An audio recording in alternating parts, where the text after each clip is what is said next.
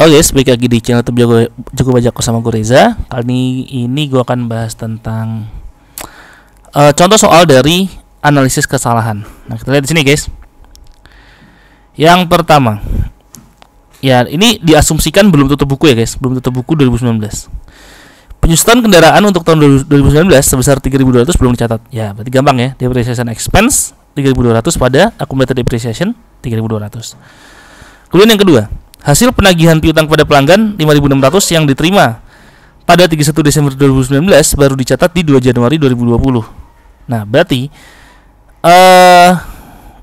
baru dicatat di 2 Januari 2020. Berarti kalau belum tutup buku 2019, mending dirubah dulu yang 2019. Gitu ya. Berarti gimana?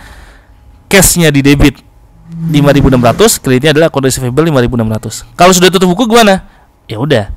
Ya, tidak perlu di jurnal. Kenapa? Karena ya udah, karena sudah lewat 2020 juga sudah tercatat, ya udah, nggak ada masalah.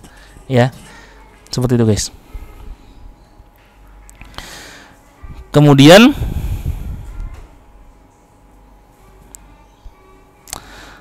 pada tahun 2019 perusahaan menjual peralatan kos awalnya 25.000 yang telah disusutkan penuh dengan harga jual 3.700. Hasil penjualan tersebut dikredit di akun peralatan. Nah, jadi jurnal awalnya tuh dia gini, guys. Cash 3.700 pada equipment 3.700. Nah, ini kan berarti salah nih. Nah, berarti benerinnya gimana? Caranya gini, berarti benerinnya kan harusnya kan jurnalnya gini. Accumulated depreciation 25.000 gitu ya.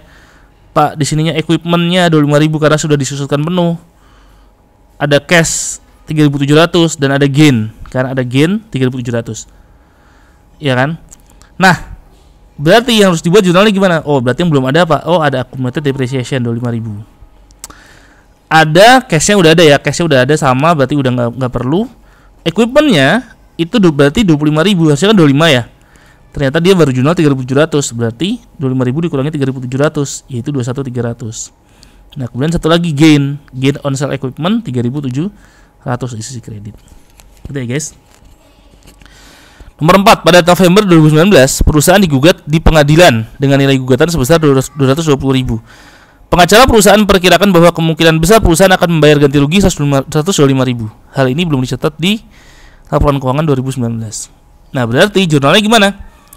Litigation loss 125.000 pada litigation liability 125.000. Karena yang kemungkinan besar dibayar adalah 125.000. Kemudian nomor 5, perusahaan belum pernah menyesuaikan nilai wajar portofolio trading yang dimiliki. Nah, ini adalah informasi portofolionya. Nah, berarti kita lihat di sini 2018 tidak ada perubahan, berarti nggak perlu ada koreksi. Nah, dari 2019 ternyata ada perubahan. Ya udah, gampang sekali. Fair value adjustment 2.000 di debit. Kreditnya adalah unrealized holding gain atau loss yang masuk ke profit or loss. Ya, dia adalah fair value through profit or loss. 2.000 di sisi kredit. Kemudian nomor 6, sebuah peralatan dibeli pada tanggal 3 Januari 2019 seharga 40.000. Dicatat pada beban pemeliharaan dan perbaikan, harusnya kan enggak peralatan, gitu kan. Estimasi masa manfaat 8 tahun dan tidak ada nilai sisa. Metode penyusunan garis lurus. Berarti gimana? Pertama kita jurnal dulu peralatannya. Ya, betul, equipment di debit 40.000 pada maintenance and repair expense, karena tadi sebelumnya dia jurnal maintenance and repair expense. Nah, itu yang harus kita kredit 40.000. Nah, kemudian jangan lupa karena dia sudah berubah jadi equipment, berarti harus ada penyusutan yang diakui, yaitu depreciation expense 40.000 dibagi 8, yaitu 5.000 pada accumulated depreciation 5.000. Jelas ya, guys? Kemudian premi asuransi 3 tahun sebesar 12.000 dibayarkan tanggal 1 Juli 2018. Dibebankan pada akun beban asuransi. Ya. Perusahaan belum pernah membuat jurnal penyesuaian terkait dengan premi asuransi. Nah, kita lihat di sini. Nah, berarti, nah ini cukup kompleks nih, berarti kan kita lihat ya. Dia 3 tahun sebesar 12.000. Sebelumnya itu dibebankan full 12.000 di beban asuransi, tapi di tahun 2018. Di tahun 2018 dibebankan full. Berarti harusnya kan 2018 itu beban yang diakui itu cuman harusnya adalah ini kan 12.000 bagi 3 tahun itu buat 3 tahun ya. Berarti 4 ya. Berarti 4 kan? 4.000 ya. 4.000. 4.000 per tahun kan. Nah, tapi ini dari tanggal 1 Juli kan, berarti cuman 2.000. Cuman 2.000 guys. Nah, 2019 berarti 4.000.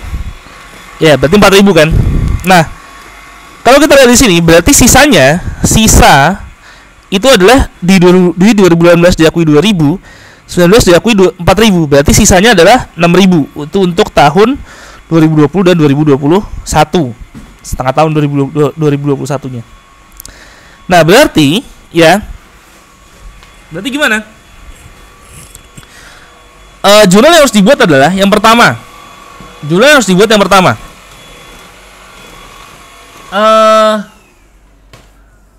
Return earning di sisi kredit ya, yaitu 10.000. Kenapa 10.000? Karena gini, sebelumnya bebannya diakui 12.000, harusnya bebannya cuma 2.000. Berarti bebannya ini adalah turun 10.000. Ya, atau dia overstated 10.000. Ya, ketika beban overstated 10.000 berarti laba juga understated 10.000. Nah, berarti return earning-nya kita jurnal di kredit 10.000. Jelas ya, guys? Yang kedua, expense yang diakui di 2019. Ya, yaitu 4.000. Karena dia belum mengakui ini expense 2019. Dan sisa dari insurance yang ada, prepaid insurance, yaitu 6.000, guys. Sisanya 6.000 ini di sisi debit. Jelas ya, guys? Kemudian selanjutnya, merek dagang yang dibeli tahun 2018. Pada awal 2018 harga 50.000, tidak pernah diamortisasi. Maksimal periode amortisasi yang diizinkan adalah 10 tahun. Ya. Nah, jurnalnya, nah ini kalau kita lihat gini. Berarti di 2018 itu belum diamortisasi berapa? 5.000. Ya, berarti laba amortization expense 2018 itu understated 5.000. Nah, kalau amortization expense understated 5.000 berarti labanya overstated 5.000. Berarti harus return earning di debit 5.000. Ini ya, ini untuk tahun 2018 ini. Nah, 2019 dia belum diamortisasi juga. Oh, berarti ada amortization expense 5.000. Nah, di kreditnya apa? Trade max, berarti harus kita turunin nilai trade max-nya, yaitu 10.000. Jelas ya, guys? Dan terakhir ini, perusahaan melakukan kesalahan sebagai berikut. Kita lihat ya. Yang pertama, ending inventory di 31 Desember 2018 itu understated 9.600. Ya, understated 9.600. Nah, sebenarnya ini kita lihat, oh di sini asumsinya belum tutup buku. Kalau asumsinya sudah tutup buku, ini dia akan terkoreksi secara tersendirinya, benar secara tersendirinya kalau sudah tutup buku. Jadi nggak perlu dibuat jurnal koreksi kalau dia sudah tutup buku. Tapi di sini dia belum tutup buku, sehingga yang 2019 itu masih terbuka bukunya. Ya, karena gini, ketika understated ending inventory di 2018, di akhir 2018, berarti kan beginning inventory di 2019 ya itu dia akan understated juga 9.600. Ya kan? Sehingga di sini COGS-nya terlalu ketika ending inventory understated, berarti kan COGS-nya juga understated kan? COGS-nya understated juga.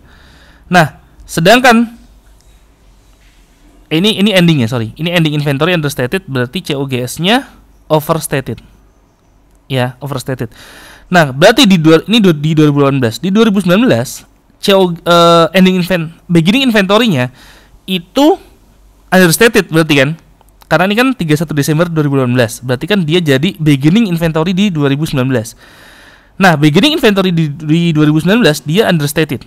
Sehingga COGS-nya akan understated. Di sini overstated, di sini understated.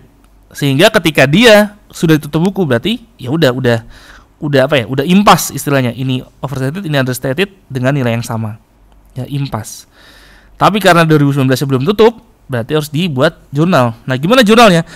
Nah, yang pertama, karena COGS-nya di overstated, ya berarti labanya kan understated di 2018. Maka harus kita jual nih return earning di sisi kredit 9.600 untuk menambah laba tahun 2018 ini. Nah, COGS di 2019 dia understated. Ya, berarti harus kita tambah lah COGS-nya 9.600. Kenapa tadi COGS-nya 9.600? Karena tadi beginning inventory 9.600, beginning inventory di 2019, ya beginning inventory di 2019 itu dia understated sehingga COGS-nya understated. Berarti COGS-nya harus kita debit di sini. Ya, COGS-nya understated berarti kita harus tambah COGS-nya di 9.600. Jelas ya guys di sini guys. Kemudian selanjutnya. Nah, di 31 Desember 2019 dia ending inventory-nya overstated. Ya udah kalau di 31 Desember berarti kalau overstated ya udah inventory-nya kita kurangin aja 7.100. Ya, debitnya apa? Pasti COGS 7.100. Ini udah jelas. Ya. Karena kalau inventory ending overstated berarti COGS-nya apa? COGS-nya understated. Gitu ya, pasti understated. Nah, kemudian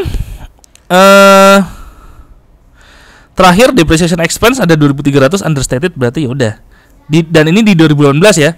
Berarti sudah tutup buku, berarti jurnalnya adalah return earning 2.300 pada accumulated depreciation 2.300 dan di 2019 tidak ada ini ya, tidak ada